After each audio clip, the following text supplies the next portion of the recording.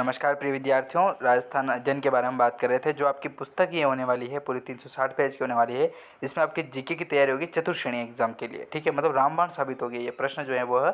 भले आप इनका खुद का भी आप अपने ऊपर आकलन करके देखेंगे तो आपको सारी चीज़ें जो है वो समझ में आ ही जाएगी। ठीक है, तो हमने बहुत ही मधुर सीरीज़ जो है वो शुरू की थी और आगे बढ़ते हुए हम पहुँच चुके थे 999वां प्रश्न। ठीक है, यहाँ तक हमने कवर किया था, तो मान के चलिए कि बहुत गर्व का विषय है कि हमने 1000 प्रश्न जो यहाँ पर कंप्लीट कर लिए हैं।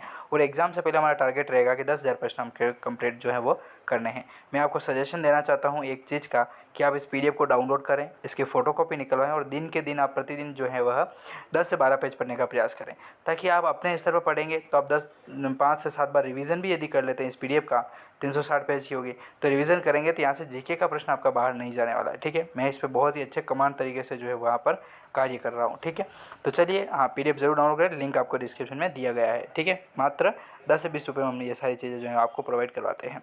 ठीक है, तो चलिए प्रश्न आता है अपना 999 नंबर का प्रश्न है। देखिए प्रश्न कह रहा है कि विजय मंदिरगढ़ के उपनाम हैं दोस्तों।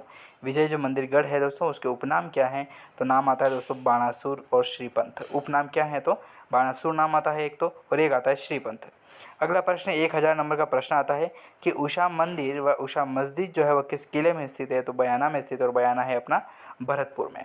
ठीक है, बयाना भरतपुर जो है वह उषा मंदिर और उषा मस्जिद जो है वह किले में स्थित है, बयाना भरतपुर में। अगला प्रश्न है अपना 1001 नंबर का प्रश्न है कि बयाना का किला किसके उत्पादन हेतु जो है वो विख्यात है? तो याद रखिएगा, नील उत्पादन के लिए विख्यात है बयाना का किला, नील उत्पादन के लिए प्रसिद्ध माना जाता है। 1002 नंबर का प्रश्न है कि तिमनगढ़ किला किस जिले में अवस्थित है दोस्तों? तो करौली जिले में जो है वह स्थित है तिमनगढ़ का किला। अगला प्रश्न 1003 नंबर का प्रश्न है कि तिमनगढ़ के किले का निर्माण किसने करवाया था दोस्तों? तो ये करवाया जाता है तिमनपाल के द्वारा। तिमनपाल जो थे दोस्तों उन्हीं के द्वारा तिमनगढ़ किले का जो निर्माण है वह करवाया गया था। अगला प्रश्न है 1004 नंबर का कि तिमनगढ़ किला किस श्रेणी का किला माना जाता है?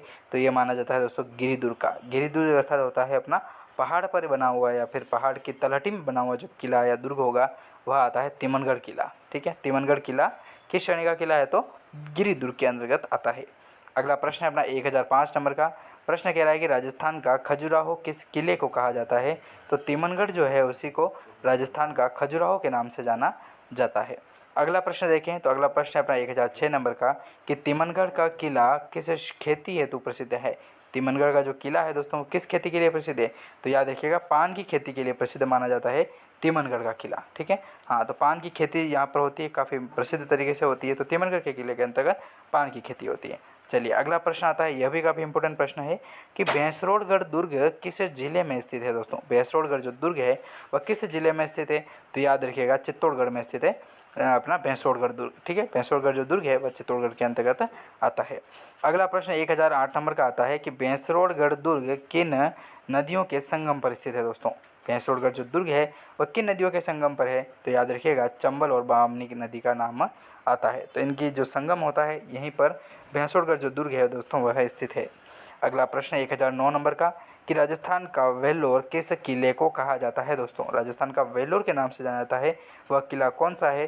तो याद रखिएगा, राजस्थान का वेल्लोर कहा जाता है भैंसरोडगढ़ दुर्ग को ही। ठीक है, हाँ, तो भैंसरोडगढ़ जो दुर्ग है उसी को राजस्थान का वेल्लोर के उपनाम से भी जाना जाता है। तो अब ये प्रश्न जो है वो काफ़ी इंपॉर्टेंट होने वाला है। ठीक है ना, चलिए अगला प्रश्न 1010 नंबर का आता है कि मैगजीन दुर्ग जिसे जो अजमेर में स्थित है इसके निर्माता कौन है दोस्तों? मैगजीन दुर्ग जो अजमेर में स्थित है इसको अकबर का किला भी कहा जाता है। ठीक है ना, जिसे अकबर का किला भी कहा जाता है, जो स्थित है अपने अजमेर में, जिसे मैगजीन दुर्ग या फिर यहाँ पर क्या है कि मतलब तोप डालने के कारखाने इन्होंने बनाए थे, अकबर के द्वारा बनाया गया था। ठीक है, तो इसलिए इसको अकबर का दुर्ग या फिर मैगजीन दुर्ग भी कहा जाता है, जिसके निर्माता जो है वो मुगल बादशाह अकबर। इतना बड़ा लिखने की जरूरत नहीं है इन कुत्तों के लिए। ठीक है ना, डायरेक्ट लिखो अकबर, अकबर के द्वारा बनाया गया था। तो मुगल बादशाह क्या होता है? कुछ नहीं है, तो अकबर के द्वारा जो है वो बनाया गया था मैगजीन दुर्ग, जो आपके अजमेर में स्थित होने वाला है। ठीक है, बहुत अत्याचार किए, तो इनको क्यों फालतू बादशाह की उपाधि दे रखी है इन झूठे इतिहास वेदाओं ने? ठीक है, चलिए अगला प्रश्न देखें तो अगला प्रश्न अपना कह रहा है 1011 नंबर का कि मांडलगढ़ दुर्ग किस जिले में स्थित है दोस्तों? ठीक है, बादशाह की यदि आपको करनी है, उपाधि देनी है, तो महाराणा प्रताप जैसे लोगों को दो ना आप। प्रश्न है कि 1011 नंबर का प्रश्न है कि मांडलगढ़ दुर्ग किस जिले में स्थित है? तो याद रखिएगा भीलवाड़ा में स्थित है। भीलवाड़ा के अंतर्गत नाम आता है मांडलगढ़ दुर्ग का, ठीक है। तो मांडलगढ़ जो दुर्ग है वह भीलवाड़ा में स्थित है। आपको पता हो, यदि आप कभी भीलवाड़ा गए हो तो जैसे मैं एक बार भीलवाड़ा गया था, तो वहाँ पर दो चीज़ें स्थित है, एक तो मांडल स्थित है और एक मांडलगढ़ स्थित है, ठीक है। तो मांडलगढ़ जो दुर्ग है वह मांडलगढ़ में आता है और मांडल जो स्थान है वहाँ पर जो है वह भीलवाड़ा के अंतर्गत ही आता है, ठीक है। तो ये भीलवाड़ा में दो स्थान है, आपको कंफ्यूज नहीं होना। यदि ऑप्शन में आपके दो ऑप्शन दे रखे हो, एक में मांडल दे रखा हो और एक में मांडलगढ़ दे रखा हो, तो याद रखिएगा मांडलगढ़ जो दुर्ग है वो मांडलगढ़ में ही स्थित है, ठीक है।